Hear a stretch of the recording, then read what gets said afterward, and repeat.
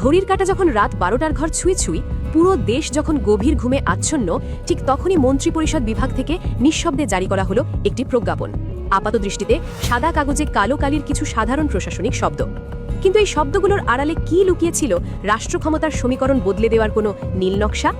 সাধারণ মানুষের চোখে এটি কেবল একটি নোটিশ হতে পারে, কিন্তু অনুসন্ধানী দৃষ্টিতে এটি ছিল একটি সাজানো তাসের ঘর, যার প্রতিটি চাল অত্যন্ত সূক্ষ্মভাবে দেওয়া হয়েছে।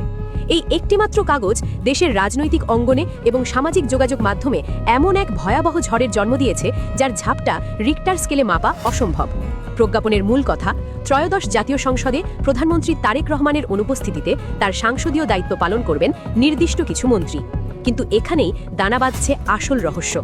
সবচেয়ে সংবেদনশীল এবং ক্ষমতাধর দপ্তরগুলো, প্রতিরক্ষা মন্ত্রণালয়, মন্ত্রিপরিষদ বিভাগ এবং সশস্ত্র বাহিনী বিভাগ, এগুলোর সাংসদীয় কার্যক্রম দেখভালের বিশাল ভার ন্যস্ত করা হয়েছে বর্তমান স্বরাষ্ট্রমন্ত্রী সালাউদ্দিন আহমেদের কাঁধে। প্রশ্ন জাগে, এই ক্ষমতার বিকেন্দ্রীকরণ কি সদিচ্ছা থেকে, নাকি পর্দার আড়ালের ষড়যন্ত্র সফল করার কোনো প্রাথমিক ধাপ? খবরটি চাউর হতেই চারদিকে কানাঘুষা আর গুঞ্জন। প্রশ্ন উঠছে তীব্রভাবে, একজন নির্বাচিত প্রধানমন্ত্রী দেশের সার্বভৌম সংসদের অধিবেশনে অনুপস্থিত থাকবেন কেন? এই অনুপস্থিতি শব্দটির বধির অর্থ আসলে কি? সাবেক সংসদ সদস্য গোলাম মৌলা রনির তীক্ষ্ণ পর্যবেক্ষণ যেন কোটি মানুষের মনের সংশয়কেই ভাষা দিয়েছে। তিনি বিস্ময় আর ক্ষোভ মেশানো কণ্ঠে প্রশ্ন তুলেছেন, প্রধানমন্ত্রীর অনুপস্থিতি বলতে কি বোঝায়? What do you mean by prime minister's absence? বাংলাদেশের সাংসদীয় ইতিহাসে কোনোদিন প্রধানমন্ত্রী আনুষ্ঠানিকভাবে এভাবে অনুপস্থিত থাকেননি। তার দায়িত্ব অন্য কাউকে দেওয়া হয়নি।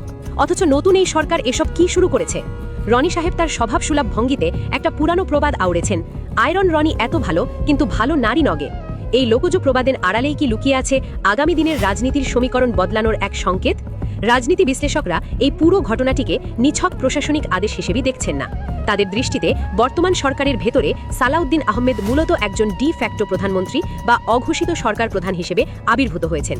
একটু গভীরভাবে পর্যবেক্ষণ করলেই এর অকাট্য প্রমাণ মিলবে। কাগজে কলমে তিনি স্বরাষ্ট্রমন্ত্রী হলেও সরকারের সবচেয়ে গুরুত্বপূর্ণ নীতি নির্ধারণী বিষয়গুলোতে শেষ কথা বলছেন তিনি। এই যে জুলাই জাতীয় সনদ এবং গণভোট নিয়ে এত বড় আইনি বিতর্ক চলছে, যা মূলত আইন মন্ত্রণালয়ের একচ্ছত্র এখতিয়ারভুক্ত বিষয়, সেখানেও সরকারের হয়ে মূল বয়ানটি দিচ্ছেন এই সালাউদ্দিন আহমেদ।